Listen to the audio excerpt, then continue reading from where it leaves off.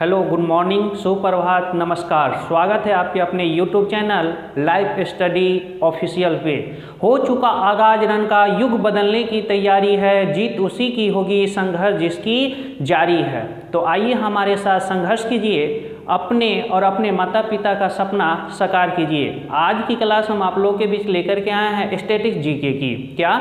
Static GK की, जो सभी आगामी परीक्षाओं के दृष्टिकोण से बहुत महत्वपूर्ण हो सकते हैं। और यह क्लास स्टैटिक जीके की पार्ट 2 है। पार्ट 1 हो चुकी है। अगर आप लोग पार्ट 1 नहीं देखे हैं तो पार्ट 1 देख लेंगे और आज की क्लास पार्ट 2 होगी। तो आइए स्टैटिक जीके के क्वेश्चन कर लेते हैं। क्वेश्चन ही नहीं, उससे रिलेटेड डिस्कशन भी कर लेते हैं, जितने भी सारे क्वेश्चन उससे बनते हैं। तो चलिए, क्वेश्चन क्या कह रहा है, वायुमंडल में नाइट्रोजन गैस कितने प्रतिशत होते हैं। क्वेश्चन क्या है, वायुमंडल में नाइट्रोजन गैस कितने प्रतिशत होते हैं। आपको हम जानकारी दे दें कि वायुमंडल में जो नाइट्रोजन जो गैस होती है वह सबसे अधिक होती है। क्या? सबसे अधिक होती है। और कितना परसेंटेज होती है, तो यह 78% होती है। क्या? कितने परसेंटेज? 78%। यहाँ से दो क्वेश्चन बन सकते हैं। क्या क्वेश्चन बन सकते हैं कि ये वायुमंडल में सबसे अधिक कौन सी गैस पाई जाती है। तो आपका आंसर क्या होगा? नाइट्रोजन गैस होगा। अगर परसेंटेज की बात अगर हम बतला दें कि परसेंटेज अगर पूछ ले तो यह परसेंटेज 78% होगी। सिर्फ नाइट्रोजन ही नहीं, और सारे जो गैस होते हैं उनका भी हम परसेंटेज बतला देते हैं। जैसे अगर आपसे पूछ ले कि ऑक्सीजन कितना परसेंटेज होता है, तो देखिए वायुमंडल में जो ऑक्सीजन जो होते हैं वह 21% होता है। क्या? ऑक्सीजन की बात आया तो कितने परसेंटेज? 21% होते हैं। ठीक है ना। तो देखिए आप दो जानकारी यहाँ पे ले लिए हैं अभी तक। क्या जानकारी ले ली है? नाइट्रोजन की परसेंटेज 78%, ऑक्सीजन की परसेंटेज 21%, 21%। अब बतलाते हैं कि अब कार्बन डाइऑक्साइड CO2 को जो परसेंटेज जो होते हैं वह 0.003% होते हैं। परीक्षा की दृष्टि से अगर देखा जाए तो सब इस तीनों में से सबसे अगर महत्वपूर्ण अगर हो सकते हैं क्वेश्चन, तो ये आपको CO2 होगा। VVI ये क्वेश्चन बार बार पूछता है कि वायुमंडल में कार्बन डाइऑक्साइड की परसेंटेज कितना होता है, तो आप क्या याद करेंगे? 0.03%। क्या? 0.03% होंगे। क्या? कार्बन डाइऑक्साइड की परसेंटेज, और बाद बाकी जितने भी परसेंटेज बचते हैं वह क्या? अक्रिय गैस के अंतर्गत आते हैं। चलिए अगले क्वेश्चन की ओर बढ़ते हैं। अगला क्वेश्चन क्या कह रहा है, देखेंगे यहाँ पे कि अखिल भारतीय राष्ट्रीय कांग्रेस के संस्थापक थे। क्या? अखिल भारतीय राष्ट्रीय कांग्रेस के संस्थापक जो थे वह A.O. ह्यूम थे। क्या थे? A.O. ह्यूम थे। अखिल भारतीय राष्ट्रीय कांग्रेस के संस्थापक थे।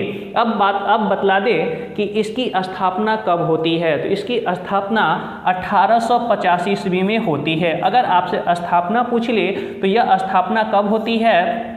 1885 ईस्वी में होती है। अब बतला दें कि इसके अध्यक्ष कौन थे, तो इसके अध्यक्ष जो थे वह WC बनर्जी थे। कौन थे? WC बनर्जी थे। अगर आपसे क्वेश्चन ये पूछें कि अखिल भारतीय राष्ट्रीय कांग्रेस के संस्थापक कौन थे, तो आप क्या बतलाएंगे? A.O. ह्यूम बतलाएंगे। इसकी स्थापना कब होती है? 1885 ईस्वी में होती है। और इसके अध्यक्ष कौन है, तो WC बनर्जी इसके अध्यक्ष है। WC बोले तो व्योमेश चंद्र बनर्जी। क्या? व्योमेश चंद्र बनर्जी। तो उम्मीद है कि आप इस प्रकार क्वेश्चन जो है समझ गए होंगे। अगले क्वेश्चन की ओर बढ़ते हैं। अगले क्वेश्चन की ओर क्या कह रहा है, कंप्यूटर मेमोरी। क्या? कंप्यूटर मेमोरी मापी जाती है GB में। किसमें? GB में मापी जाती है, जिसका अर्थ है, आपको अर्थ बतलाना है कि GB का अर्थ क्या होता है। आप ऑप्शन देख रहे होंगे, क्या लिखा हुआ है? Gigabyte, grand byte, group byte, gamma byte. तो हम बतला दें इसका आंसर जो होगा वह GB यानी गीगाबाइट होगा। क्या होगा? गीगाबाइट होगा। अब यहाँ पे ये भी क्वेश्चन पूछ सकता है कि ये बतलाइए कि 1 GB क्या 1 GB बराबर कितना होता है? तो 1 GB बराबर जो होता है वह 1024 MB के बराबर होता है। क्या 1 GB बराबर जो होता है वह 1024 MB के बराबर होते हैं। उम्मीद है कि आप लोग क्वेश्चन को समझ गए होंगे। अब अगले क्वेश्चन की ओर हम बढ़ते हैं। तो देखिए अगले क्वेश्चन की ओर बढ़ते हैं। क्या क्वेश्चन कह रहा है? सूर्य ग्रहण होता है। क्या सूर्य ग्रहण होता है? ऑप्शन देखिए, कहते हैं सूर्य पृथ्वी और चंद्रमा के बीच आता है। पृथ्वी सूर्य और चंद्रमा के बीच आता है। सी, चंद्रमा पृथ्वी तथा सूर्य के बीच आता है। और अगला ऑप्शन है कि पृथ्वी सूर्य और चंद्रमा तेज गति से चलती है। आपको इस चारों ऑप्शन में से एक ऑप्शन का आंसर सही देना है। सूर्य ग्रहण होता है। तो देखिए दो चीज़ें हम बतलाएंगे, दोनों चीज़ों को याद कर लेंगे, ठीक है ना। क्या याद करेंगे? अगर सूर्य ग्रहण की बात आएगी, किसकी बात आएगी? सूर्य ग्रहण की बात आएगी तो आप ये याद कीजिएगा, SME याद करना है। क्या याद करना है? SME। सूर्य ग्रहण की बात आएगी तो क्या याद करेंगे? SME। आप ये सोच रहे होंगे कि SME क्या है? तो देखिए S से सन होता है। S से क्या होता है? सन होता है, यानी ये सूर्य, क्या बोलेंगे इसको? सूर्य। M से होता है मून। मून मतलब क्या? चंद्रमा। और ई से क्या होता है? अर्थ, यानी ये पृथ्वी हो गया। अर्थ यानी कि ये क्या हो गया? पृथ्वी हो गया। आपको क्या याद करना है? SME याद करना है। क्या याद करना है? SME याद करना है। किसके लिए? सूर्य ग्रहण के लिए। तो अब यहाँ पर देख रहे हैं कि SME, इसमें बीच में क्या आ रहा है? M बीच में आ रहा है। क्या बीच में आ रहा है? M बीच में आ रहा है। M बोले तो मून, मून बोले तो चंद्रमा। क्या? चंद्रमा। चंद्रमा किसके किसके बीच में है? तो चंद्रमा सूर्य और पृथ्वी के बीच में है। किसके बीच में है? सूर्य और पृथ्वी के बीच में क्या है? चंद्रमा है। आपको क्या याद करना है? सूर्य ग्रहण के लिए क्या याद करना है? SME याद करना है। SME से समझने से ये पता आपको चलता है कि M जो है बीच में है, S सूर्य और ये पृथ्वी दोनों साइड में है और बीच में क्या है? चंद्रमा है। अब ऑप्शन में देखेंगे कि चंद्रमा सूर्य और पृथ्वी के बीच में है। तो देखिए सूर्य पृथ्वी और चंद्रमा के बीच में है, ये तो होगा नहीं। पृथ्वी सूर्य और चंद्रमा के बीच आता है, ये होगा नहीं। चंद्रमा पृथ्वी और सूर्य के बीच आता है। मेरा आंसर जो है यह हो जाएगा ऑप्शन सी हो जाएगा। क्या हो जाएगा? ऑप्शन सी हो जाएगा। चंद्रमा पृथ्वी तथा सूर्य के बीच आता है। तो यहाँ पे भी देखिए कि चंद्रमा जो है वह पृथ्वी और सूर्य के बीच आता है। बतला दें कि सूर्य ग्रहण जो होता है यह अमावस्या के दिन होती है। सूर्य ग्रहण कब होती है? अमावस्या के दिन होती है। अगर आपसे कोई पूछे कि सूर्य ग्रहण कब लगती है तो आप क्या बतलाएंगे? कि सूर्य ग्रहण अमावस्या के दिन लगती है। तो चलिए सूर्य ग्रहण आया तो अब चंद्र ग्रहण पे भी चलते हैं। कहाँ चलते हैं? चंद्र ग्रहण पे। यहाँ पे लिख देते हैं चंद्र ग्रहण। क्या? चंद्र ग्रहण। अभी बात कर रहे थे सूर्य ग्रहण का, अब हम चंद्र ग्रहण की बात कर लेते हैं। तो देखिए चंद्र ग्रहण में एक चीज आपको याद करना है। क्या याद करना है? SEM याद करना है। क्या याद करना है? SEM। सूर्य ग्रहण में क्या? SME याद करना है और चंद्र ग्रहण में SEM। ठीक है, इसको याद करेंगे। तो S से क्या होगा? सन। सन बोले तो सूर्य, E बोले अर्थ, अर्थ बोले तो पृथ्वी और M बोले तो मून। मून मतलब क्या? चंद्रमा। मून मतलब क्या? चंद्रमा। तो अब यहाँ पे देख रहे होंगे कि सूर्य और चंद्रमा के बीच क्या है? पृथ्वी है। क्या है? सूर्य और चंद्रमा के बीच क्या है? पृथ्वी है। अगर सूर्य और चंद्रमा के बीच अगर पृथ्वी आ जाती है तो हम कह सकते हैं क्या? कि यह चंद्र ग्रहण होगी, चंद्र ग्रहण लगेगी। चंद्र ग्रहण जो लगती है यह पूर्णिमा के दिन लगती है। किस दिन लगती है? पूर्णिमा के दिन लगती है। क्या? पूर्णिमा के दिन लगती है। और एक क्वेश्चन और मोस्ट इम्पोर्टेंट क्वेश्चन है, ये पूछ सकता है कि सूर्य ग्रहण के समय कौन सा भाग दिखाई देता है? तो हम बतला दें कि सूर्य ग्रहण जब होती है उस समय क्रीट नाम यानी क्रीट कोरोना बोलते हैं, जो दिखाई देती है। क्या दिखाई देता है? क्रीट, जिसको हम कोरोना कहते हैं। यह सूर्य ग्रहण के समय आपको दिखाई देती है। उम्मीद है कि आप लोग ये क्वेश्चन को समझ लिए होंगे। अब हम चलते हैं अगले क्वेश्चन की ओर चलते हैं। अगले क्वेश्चन क्या कहता है कि राष्ट्रीय गीत, क्या राष्ट्रीय गीत वंदे मातरम निम्नलिखित में से किस पुस्तक से लिया गया है? क्या राष्ट्रीय गीत वंदे मातरम किस निम्नलिखित में से किस पुस्तक से लिया गया है? आप लोग ऑप्शन देखेंगे कि ऑप्शन ए में कपाल कुंडला है। क्या है? कपाल कुंडला है। ऑप्शन बी में दुर्गेश नंदिनी है। ऑप्शन सी में आनंद मठ है। और डी में क्या है? इनमें से कोई नहीं है। तो हम बतला दें कि राष्ट्रीय गीत वंदे मातरम जो है वह आनंद मठ से लिया गया है। कहाँ से लिया गया है? आनंद मठ से लिया गया है, जो कि ऑप्शन नंबर सी होगा। अब इससे रिलेटेड जो क्वेश्चन जो पूछा जाता है वो हम उम्मीद करते हैं कि बतला देते हैं। तो देखिए, राष्ट्रीय संबंधित मुख्य बातें कर लेते हैं। क्या? राष्ट्रीय संबंधित मुख्य बातें कर लेते हैं। तो आइए देख लेते हैं राष्ट्रीय संबंधित मुख्य बातें। जैसा कि प्रश्न में आप देख रहे थे, इससे पहले वाले प्रश्न में इसी से रिलेटेड क्वेश्चन जो हम करवा देते हैं कि जितने भी इम्पोर्टेंट क्वेश्चन उससे बन रहा है सभी करवा देते हैं। आइए, कह रहा है राष्ट्रीय गीत। क्या?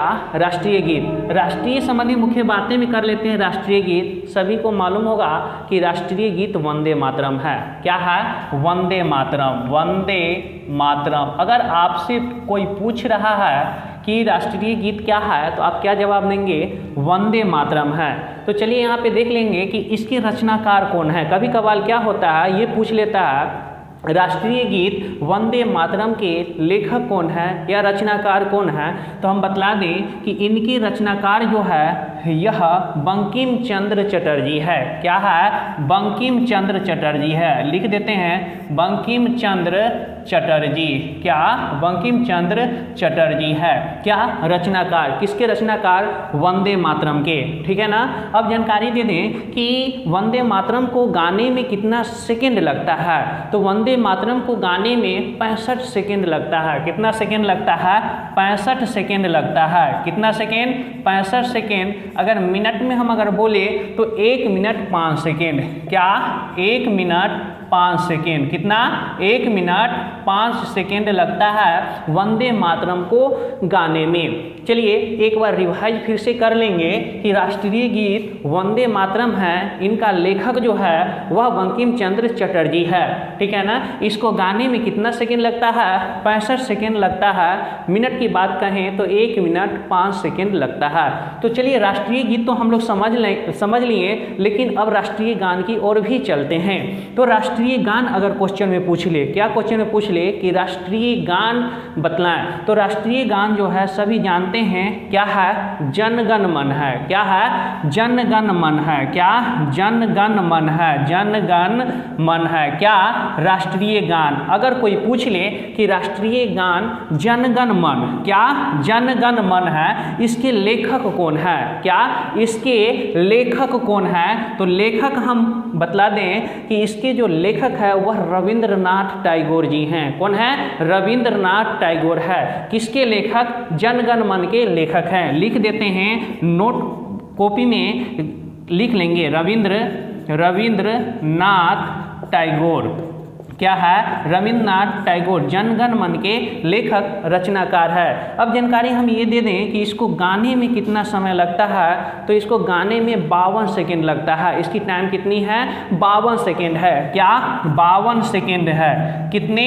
52 सेकेंड है। लेकिन हाँ इतना ही नहीं, एक क्वेश्चन और यहाँ से पूछ सकता है कि ये बतलाइए कि राष्ट्रगान जन गण मन है अगर शॉर्टकट में अगर गाया जाए तो कितने सेकेंड में हम गा सकते हैं। तो अगर शॉर्टकट की बात अगर कहा जाए तो 20 सेकेंड में भी हम राष्ट्रगान कर सकते हैं। क्या कर सकते हैं? 20 सेकेंड में भी राष्ट्रगान जन गण मन हम पढ़ सकते हैं। तो आगे आइए कि अगला क्वेश्चन क्या है। कहता है कि राष्ट्रगान को स्वीकार किया गया। राष्ट्रगान को स्वीकार जो किया गया था यह 24 जनवरी 1950 को स्वीकार किया गया। 24 जनवरी 1950 को स्वीकार किया गया था। राष्ट्रगान, क्या है क्वेश्चन में, राष्ट्रगान को स्वीकार किया गया। कब स्वीकार किया गया? तो राष्ट्रगान को स्वीकार 24 जनवरी 1950 को किया गया था। लेकिन इतना ही नहीं, क्वेश्चन में क्या पूछ सकता है कि पहली बार गाया कब गया था? क्या पहली बार गाया कब गया था? क्या राष्ट्रगान को पहली बार कब गाया गया था? चलिए, राष्ट्रगान को स्वीकार किया गया था 24 जनवरी 1950 को, ठीक है। लेकिन यहाँ से पूछ रहा है क्या कि पहली बार गाया गया था, कब गाया गया था? तो देखिए, राष्ट्रगान जनगण मन को पहली बार कब गाया गया था? तो 27 दिसंबर, कब? 27 दिसंबर 1911 ईस्वी को गाया गया था। अगर आपसे ये पूछ ले कि पहली बार राष्ट्रगान को कब गाया गया था, तो आप क्या बोलेंगे? 27 दिसंबर 1911 को गाया गया था। कहाँ गाया गया था? तो कोलकाता में गाया गया था, ठीक है ना। क्वेश्चन कंफ्यूज नहीं होंगे। क्या राष्ट्रगान को स्वीकार किया गया 24 जनवरी 1950 ईस्वी को, लेकिन पहली बार यह गाया गया था 27 दिसंबर 1911 ईस्वी को, ठीक है ना। अब आगे बढ़ते हैं, राष्ट्रीय ध्वज पे बढ़ते हैं। कहाँ? राष्ट्रीय ध्वज। तो देखिए, राष्ट्रीय ध्वज जो हम लोग का है वह तिरंगा है। क्या है? तिरंगा है। अगर आप लोग से कोई पूछे कि राष्ट्रीय ध्वज क्या है, तो राष्ट्रीय ध्वज हम बतला दें कि वह तिरंगा है। क्या है? तिरंगा है। इसमें लंबाई और चौड़ाई का अगर अनुपात पूछ ले, क्या पूछ लें? लंबाई और चौड़ाई का अनुपात पूछ लें, तो यह अनुपात होगा 3:2 होगा। कितना होगा? 3:2 होगा। क्या? लंबाई और चौड़ाई का अनुपात होंगे वह 3:2 होंगे। तो आइए आगे बढ़ते हैं कि इससे रिलेटेड क्वेश्चन और क्या हो सकते हैं। तो यह पूछ सकता है कि राष्ट्रीय ध्वज जो चक्र जो होते हैं तिरंगा में, क्या तिरंगा में जो चक्र जो होते हैं उसमें कितनी तिल्लियां होती है? तो हम जानकारी आपको दे दें, उसमें 24 तिल्लियाँ होती हैं। कितनी तिल्लियाँ होते हैं? 24 तिल्लियाँ होती हैं चक्र में, ठीक है ना। अब आगे चलते हैं कि राष्ट्रीय खेल, आप लोग को जानकारी होगा कि राष्ट्रीय खेल जो है हम लोग का वह हॉकी है। क्या है? हॉकी है। इतना ही नहीं, कभी कभार क्वेश्चन ये पूछ लेता है कि राष्ट्रीय खेल हॉकी है, हॉकी में टीम की संख्या क्या होती है? हॉकी जो होता है उसमें खिलाड़ियों की संख्या कितनी होती है? तो उसमें खिलाड़ियों की संख्या जो होती है वह 11 होती है। अगर आपसे ये पूछ ले कि हॉकी खेलने में खिलाड़ियों की संख्या कितनी होती है, उसमें टीम की संख्या, तो हम क्या बोलेंगे? 11 होती है। कितनी होती है? 11 होती है। चलिए, उसके बाद अगर ये पूछ ले कि राष्ट्रीय पुष्प क्या है, तो राष्ट्रीय पुष्प सभी जानते हैं क्या है। तो राष्ट्रीय पुष्प हम लोग को कमल है। क्या है? कमल है। राष्ट्रीय पुष्प क्या है? कमल है। राष्ट्रीय पक्षी पूछ ले तो राष्ट्रीय पक्षी मोर है, ठीक है। उसके बाद राष्ट्रीय पशु पूछ ले तो पशु बाघ है। क्या है? बाघ है। राष्ट्रीय अगर पशु अगर पूछता है तो हम क्या कहेंगे? बाघ कहेंगे। अगर इसमें ये क्वेश्चन पूछता है कि राष्ट्रीय वाक्य क्या है, क्या राष्ट्रीय वाक्य क्या है, तो राष्ट्रीय वाक्य सत्यमेव जयते है। क्या है? सत्यमेव जयते है। क्या है? सत्यमेव जयते है। अगर आपसे यह कह सकता है कि सत्यमेव जयते को कहाँ से लिया गया है, तो आप इसको बतलाएंगे कि सत्यमेव जयते को मुंडकोपनिषद से लिया गया है। कहाँ से लिया गया है? मुंडकोपनिषद से लिया गया है। तो चलिए एक बार हम सभी को फटाफट रिवाइज कर लेते हैं, ठीक है। क्या कर लेते हैं? रिवाइज कर लेते हैं। आइए, राष्ट्रीय संबंधित मुख्य बातें फटाफट कर लेते हैं। राष्ट्रीय गीत अगर पूछे तो वंदे मातरम होगा। रचनाकार लेखक पूछे तो बंकिम चंद्र चटर्जी होंगे। गाने में लगा समय कितना सेकेंड? तो 65 सेकेंड। मिनट की बात कहा जाए तो 1 मिनट 5 सेकेंड होंगे। राष्ट्रीय गीत की बात कर लेते हैं तो राष्ट्रीय गीत हम लोग को जनगण मन है। क्या है? जनगण मन है। लेखक रचनाकार कौन है? रविंद्रनाथ टैगोर है। कौन है? रविंद्रनाथ टैगोर है। गाने में समय कितना सेकेंड लगता है? इसको गाने में 52 सेकेंड लगता है। अगर शॉर्टकट की बात कहा जाए तो शॉर्टकट गाने में कितना सेकंड लगता है, तो 20 सेकंड लगता है, ठीक है ना। राष्ट्रगान को स्वीकार किया गया था, कब स्वीकार किया गया था, तो यह स्वीकार 24 जनवरी 1950 को किया गया था, लेकिन पहली बार गाया जो गया था यह 27 दिसंबर 1911 को कोलकाता अधिवेशन में गाया गया था। कब? 27 दिसंबर 1911 को कहाँ? कलकत्ता अधिवेशन में गाया गया था। राष्ट्रीय ध्वज जो हम लोग का वो क्या है? तिरंगा है। राष्ट्रीय ध्वज की बात करें तो क्या है? तिरंगा है, जिसकी लंबाई और चौड़ाई का अनुपात अगर पूछ लें तो यह 3:2 होगा। क्या? लंबाई और चौड़ाई का अनुपात पूछ लें तो 3:2 होगा। ये राष्ट्रीय ध्वज तिरंगा जिसमें चक्र है, उस तिलियों की संख्या अगर पूछे तो तिलियों की संख्या कितनी होती है? 24 होती है, ठीक है। उसके बाद क्या है कि राष्ट्रीय खेल क्या है? हॉकी है। हॉकी खेलने में खिलाड़ियों की संख्या कितनी होती है? एक टीम में कितने होते हैं? तो एक टीम में 11 खिलाड़ी होते हैं, ठीक है। राष्ट्रीय पुष्प की बात कहा जाए तो राष्ट्रीय पुष्प हम लोग को कमल है। राष्ट्रीय पक्षी की बात कहा जाए तो मोर है। राष्ट्रीय पशु की बात कहा जाए तो बाघ है। और राष्ट्रीय वाक्य की बात कहा जाए तो सत्यमेव जयते है। अगर सत्यमेव जयते ये क्वेश्चन पूछ ले कि सत्यमेव जयते कहाँ से लिया गया है, तो सत्यमेव जयते जो है मुंडकोपनिषद से लिया गया है। तो चलिए अब अगले क्वेश्चन की ओर बढ़ते हैं। चलिए अगले क्वेश्चन की ओर बढ़ते हैं। अगले क्वेश्चन देखिए क्या कहता है, विटामिन B1 की कमी से होता है। क्या क्वेश्चन है? विटामिन B1 की कमी से होता है। आपको ऑप्शन ए दिया हुआ है रतौंधी, ऑप्शन बी दिया हुआ है बेरी बेरी, ऑप्शन सी दिया हुआ है स्कर्वी, ऑप्शन डी दिया हुआ है रक्त का थक्का न बनना। तो देखिए विटामिन B1 की कमी से जो रोग होता है उसका नाम है बेरी बेरी। क्या है? बेरी बेरी है। अगर आपसे कोई पूछे कि विटामिन B1 की कमी से कौन सा रोग होता है तो आप क्या बोलेंगे कि बेरी बेरी रोग होता है, ठीक है। जब विटामिन की बात आया है तो विटामिन संबंधित हम मुख्य बातें कर लेते हैं जो एग्जाम दृष्टि से बहुत ही महत्वपूर्ण है। तो चलिए विटामिन संबंधित मुख्य बातें कर लेते हैं। सबसे पहले इसमें से क्वेश्चन क्या पूछ सकता है कि विटामिन की खोज किसने किया था, ठीक है ना। क्या क्वेश्चन पूछेगा? विटामिन की खोज किसने किया था, तो हम बतला दें कि विटामिन की खोज जो है वह फंक ने किया था। किसने किया था? फंक ने किया था। क्या किया था? खोज किया था, ठीक है ना। अगर तो आपसे पूछे कि विटामिन की खोज किसने किया था तो आप क्या कहेंगे? फंक कहेंगे। किसने किया था? फंक ने किया था। तो चलिए बात कर लेते हैं कुछ इम्पोर्टेंट विटामिन जो परीक्षा में हर एक बार पूछा जाता है, बार बार रिपीट भी होते हैं। अगर आपसे विटामिन B1 की कमी के बारे में पूछ लिया तो आप तो कह देंगे कि बेरी बेरी रोग उत्पन्न होते हैं, लेकिन आपको ये कह देंगे कि विटामिन ए की कमी से क्या होता है, तो देखिए विटामिन ए की कमी से आपको रतौंधी नामक बीमारी होती है। क्या होती है? रतौंधी होती है। यहाँ पे लिख देते हैं रतौंधी होती है। क्या होती है? विटामिन ए की कमी से रतौंधी होती है। अगर यहाँ पे ये क्वेश्चन पूछ ले कि विटामिन ए का सबसे अच्छा स्रोत क्या है, तो विटामिन ए का सबसे अच्छा स्रोत गाजर को माना जाता है। किसको माना जाता है? गाजर को माना जाता है। क्या आप क्या यहाँ तक सीखे कि विटामिन ए की कमी से रतौंधी होती है और विटामिन ए का सबसे अच्छा अगर स्रोत अगर माना जाए तो यह क्या है?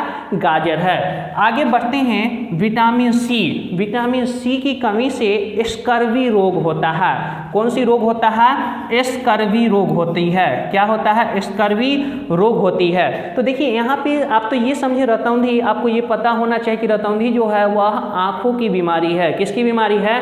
आँखों की बीमारी है। यहाँ आप पढ़ रहे हैं कि स्कर्वी, विटामिन सी स्कर्वी जो होते हैं यह मसूड़ों की बीमारी होती है, दांत के मसूड़ों की बीमारी होती है, ठीक है ना। अगर आपसे ये पूछ ले कि विटामिन सी का सबसे अच्छा स्रोत क्या है, तो विटामिन सी का सबसे अच्छा स्रोत जो है वह आंवला है। क्या है?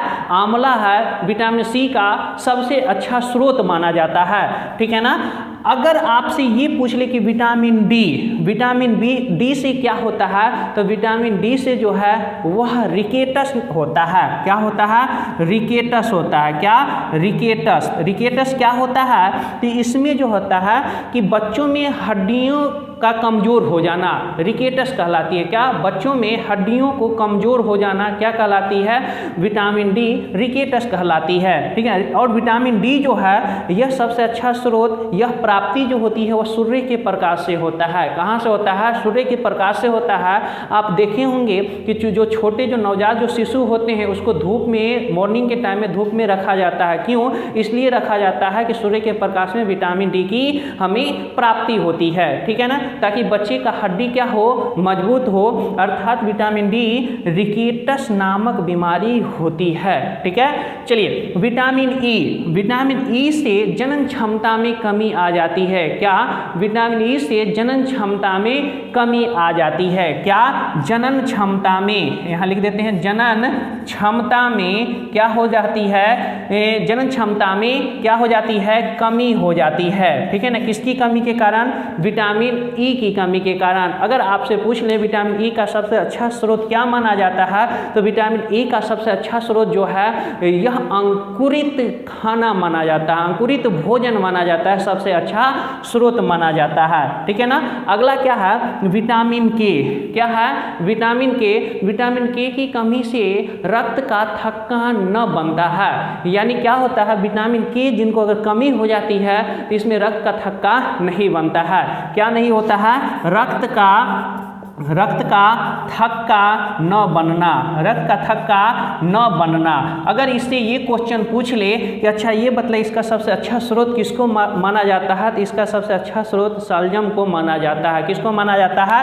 शलजम को माना जाता है। तो चलिए एक बार हम लोग क्या करते हैं, इसको रिवाइज कर लेते हैं। क्या कर लेते हैं? रिवाइज कर लेते हैं। अगर विटामिन बी1 के बारे में पूछा तो विटामिन बी1 वेरी रोग होंगे। क्या होंगे? वेरी रोग होंगे। ठीक है, अगर ये पूछ ले कि विटामिन का खोज किसने किया तो क्या कहेंगे? फंक ने किया।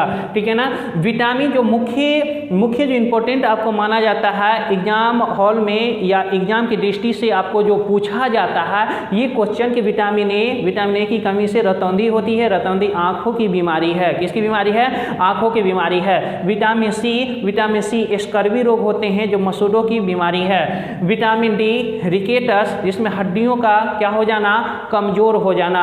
विटामिन ई से जनन क्षमता में कमी होती है। विटामिन के रक्त का थक्का नहीं बन पाता है। ठीक है ना, लेकिन इससे ये तो क्वेश्चन हो गया, लेकिन एग्जाम में दो क्वेश्चन ऐसे भी हैं जो हमेशा सभी एग्जाम में पूछे जाते हैं। क्या? दो क्वेश्चन ऐसे हैं जो हमेशा एग्जाम में पूछे जाते हैं। क्या क्वेश्चन पूछा जाता है यहाँ पे लिख दे रहे हैं और उम्मीद है कि आप लोग भी नोटबुक में लिख रहे होंगे। क्या क्वेश्चन पूछा जाता है कि जल में घुलनशील कौन कौन से विटामिन होते हैं? क्या? जल में घुलनशील कौन कौन से विटामिन है? जल में घुलनशील, ठीक है, क्या जल में घुलनशील विटामिन बतलाना है। तो देखिए जल में घुलनशील जो विटामिन होते हैं वह विटामिन बी और सी होता है। क्या? जल में जो घुलनशील जो विटामिन जो होते हैं वह बी और सी होते हैं। ठीक है, अगर आपसे पूछ ले कि वसा में घुलनशील विटामिन कौन होंगे, किसमें पूछ ले वसा में घुलनशील, किसमें? वसा में घुलनशील पूछ ले। किसमें पूछ ले? वसा में घुलनशील पूछ ले। तो वसा में घुलनशील जो विटामिन जो होते हैं वह बी और सी को छोड़ करके, यानी क्या बचा? ए, डी, ई और के। क्या? ए, डी, ई और के किसमें घुलनशील है? इस ए, डी, ई और के वसा में घुलनशील है। अगर हम बात कहें, अगर एग्जाम की दृष्टि से अगर हम इसमें अगर चूज करें कि सबसे बेहतरीन कौन से ऐसे क्वेश्चन हो सकते हैं जो एग्जाम की दृष्टि से बहुत ही महत्वपूर्ण हो सकते हैं, तो हम कहेंगे इतना से बेहतरीन और ये क्वेश्चन से ज़्यादा कहीं भी क्वेश्चन नहीं पूछ पाएगा। ठीक है ना, ये याद कर लेंगे कि जल में घुलनशील बी और सी होंगे, वसा में घुलनशील ए, डी, ई और के होंगे। उम्मीद है कि आप लोग इस प्रकार के क्वेश्चन को छोड़ करके नहीं आएंगे, क्वेश्चन को करके ही आएंगे। आज की क्लास आप लोग को कैसी लगी यह आप लोग कमेंट बॉक्स में ज़रूर बतलाएंगे। और अगर आप चाहते हैं कि इस प्रकार का स्टैटिस्टिक्स जीके की क्लास अगर रेगुलर चले तो आप हमें सपोर्ट करें। अगर आप इस चैनल पे अगर आप नए हैं और इस वीडियो को देख रहे हैं तो आप प्लीज़ सब्सक्राइब कर ले। अंत में हम यही कहेंगे, द्वंद्व कहाँ तक पाला जाए, युद्ध कहाँ तक टाला जाए, तो राणा का वंशज फेंक भला जहाँ तक जाए। Best, good of luck, thank you.